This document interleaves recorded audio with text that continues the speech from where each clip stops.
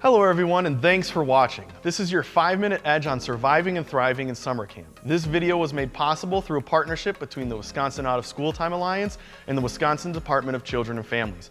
I'm Matt, a consultant with the Out of School Time Alliance, and I'm excited to talk to you today about behavior guidance. Managing behaviors in camp can feel like your full-time job. And let's face it, on long days when you've had no break or the temp has reached its high and everyone is irritable, the last thing you want to do is have to manage an argument between campers or have to chase after someone who's blown up and run away. But what if these behaviors are actually just campers' best means of communicating what they need? What if an argument is really a request for two campers that they need help connecting?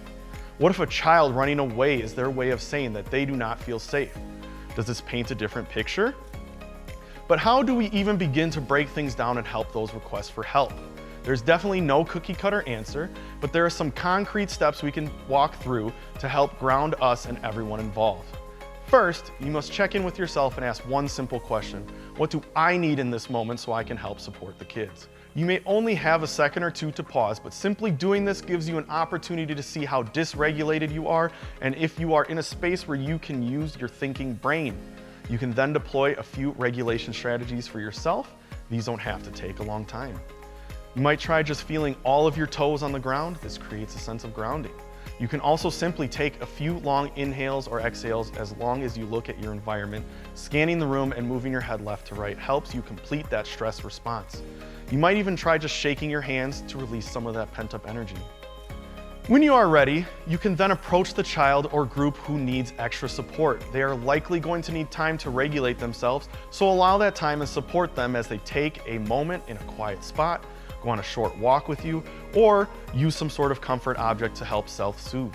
Watching their facial expressions and nonverbals to determine when the ice is thawed and they are ready to use their thinking brain and start problem solving.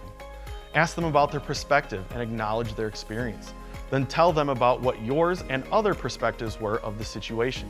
You do not have to agree 100% on the facts, but get to a place where you can agree that the behavior had an impact. Then, make a plan. You can offer choices for younger children and concrete thinkers.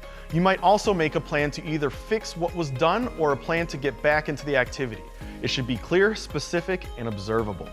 Once you have a plan, rehearse the child or children's re-entry into the programming, take the time to help them feel confident, and let them know how you will support them. Invite them to take the next step.